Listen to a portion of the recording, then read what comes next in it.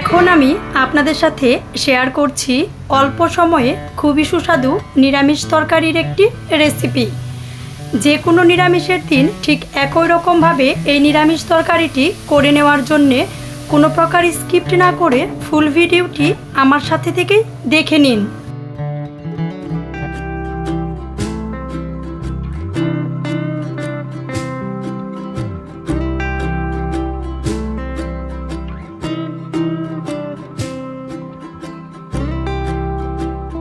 সম্পূর্ণ নিরামিষভাবে এই রেসিপিটা করে নেওয়ার জন্য আমি নিয়েছি আলু, সাথে নিয়েছি বেগুন, নিয়েছি মিষ্টি লাউ, সাথে নিয়েছি মিষ্টি আলু, নিয়েছি কলার থুর, এর সাথে নিয়েছি সজনে ডাঁটা।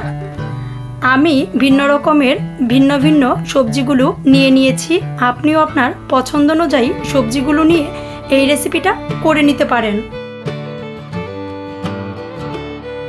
সবজির এই রেসিপিটা আরও সুস্বাদু করে নেওয়ার জন্য নিয়েছি বেশ অনেকটা মাসকলাইয়ের ডাল।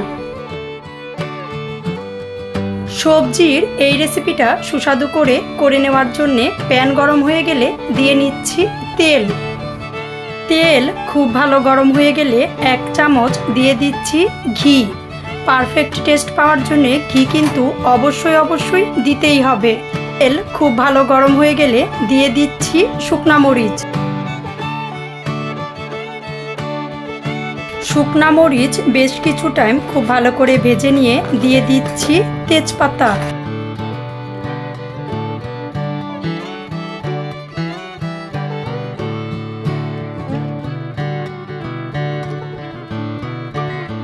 আদা খুব ভালো করে থেতু করে নিয়েছিলাম, এর সাথে দিয়ে নিচ্ছি।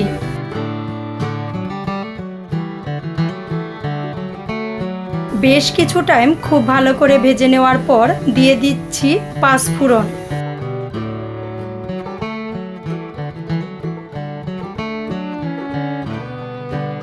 বেশ কিছু টাইম খুব ভালো করে ভেজে নেওয়ার পর মাসকলাইয়ের ডালগুলো দিয়ে নিচ্ছি। দিয়ে নিয়ে মিডিয়াম লো আঁচে রেখে বেশ কিছু টাইম খুব ভালো করে ভেজে নিচ্ছি।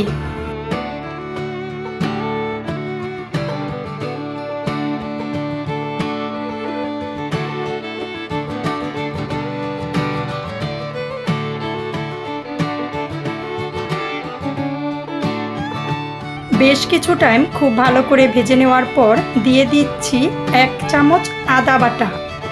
এর সাথে আরও দিয়ে দিচ্ছি 2.5 চামচ কাঁচামরিচ বাটা। দিয়ে নিয়ে বেশ কিছু টাইম খুব ভালো করে ভেজে নিচ্ছি।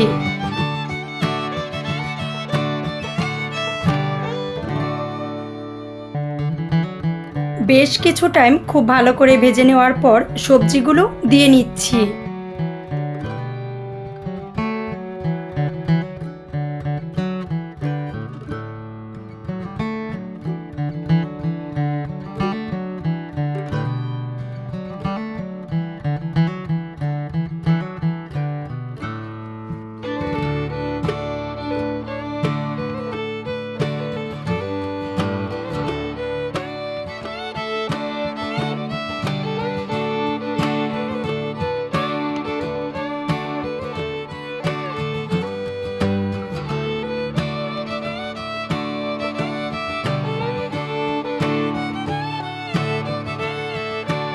টেস্ট অনুযায়ী দিয়ে নিয়েছি লবণ। বেশ কিছু টাইম খুব ভালো করে সবজিগুলো সিদ্ধ করে নেওয়ার পর দিয়ে দিচ্ছি 1/2 চামচ থেকে কিছুটা বেশি হলুদের গুঁড়া।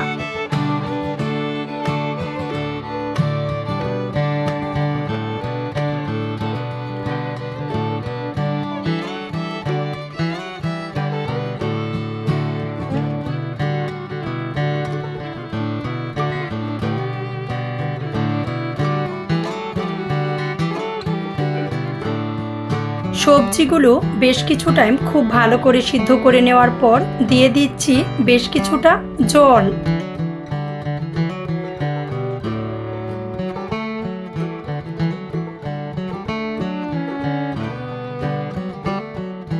দিয়ে দিচ্ছি চিড়ে নেওয়া কাঁচামরিচ।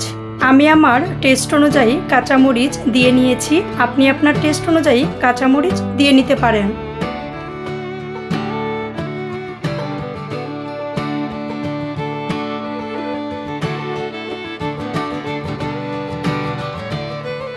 সবজিগুলো বেশ কিছু টাইম নিয়ে খুব ভালো করে রান্না করে নিতে সবজিগুলো যখন প্রায় রান্না করা হয়ে গেছে, এখন দিয়ে দিচ্ছি হাফ চামচ চিনি।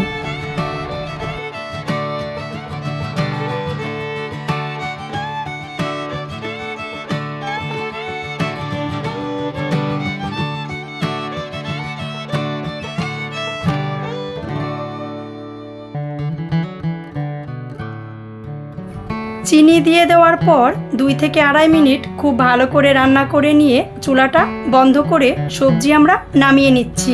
এই সবজিটা কিন্তু গরম ভাতের সাথে খেতেও খুবই বেশি টেস্টি হয়, রুটি দিয়ে খেতেও খুব বেশি টেস্টি হয়।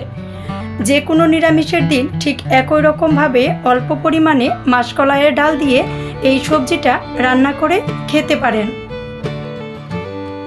সম্পূর্ণ নিরামিষভাবে করে নেওয়া সবজির এই রেসিপিটা দেখে কেমন লেগেছে অবশ্যই কমেন্টস করে জানিয়ে দিবেন। ভালো লাগলে লাইক করবেন, শেয়ার করবেন।